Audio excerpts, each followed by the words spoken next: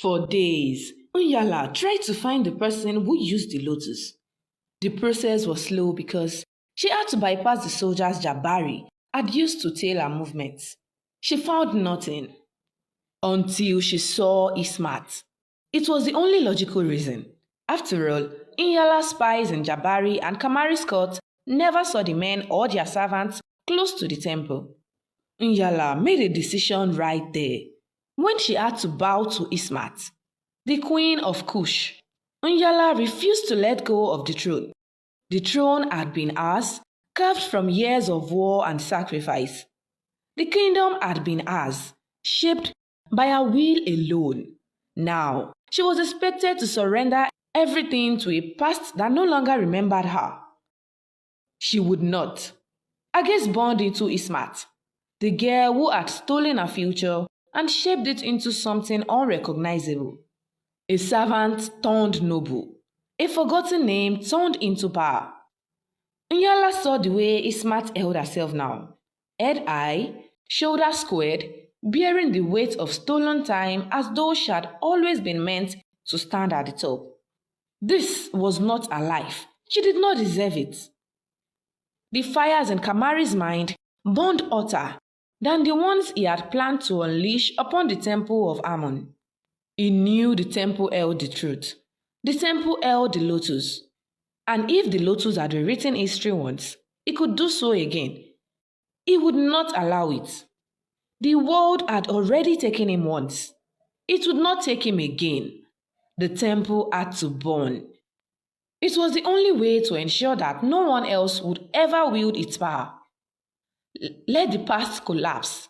Let history swallow itself. He no longer cared. Jabari had watched the world reshape itself into something both foreign and familiar. He had ruled, and yet he had never truly been a king. The past had been manipulated beyond recognition, twisted into something that defied the very order of time itself. And yet, there was still a way back. Somewhere in the archives of his mind, buried beneath layers of forgotten teachings, he found it. An ancient law, a forgotten rule. In the world that once was, he had been denied his right. But in this broken timeline, that law could still be invoked. A loophole in time itself. And with it, he could reclaim his throne. But power did not come without cost.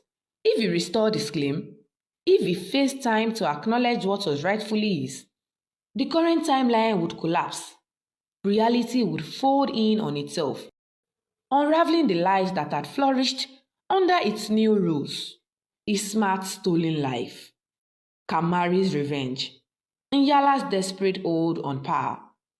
Everything would fall apart, and he would be the one to bring it down. The world stood at a breaking point, and none of them could escape the weight of the choice before them. Nyala had to choose between power and restoration. Ismat had to decide if a stolen life was worth the destruction of the kingdom. Jabari had to weigh his throne against the existence of a world that was never meant to be. And Kamari, he couldn't even make a choice. He was not existing. There was no right answer. There was only sacrifice. In the temple ruins, High Priestess Zainab stepped forward.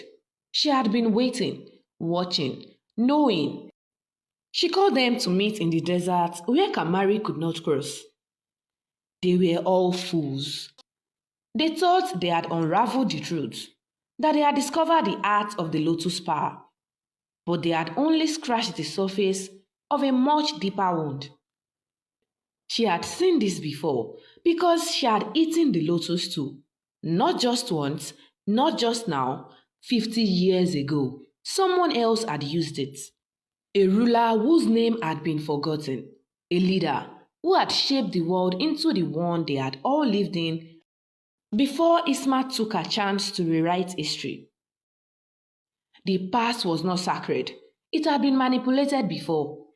It had been twisted and erased and rewritten so many times that even Zainab could no longer remember what had come first.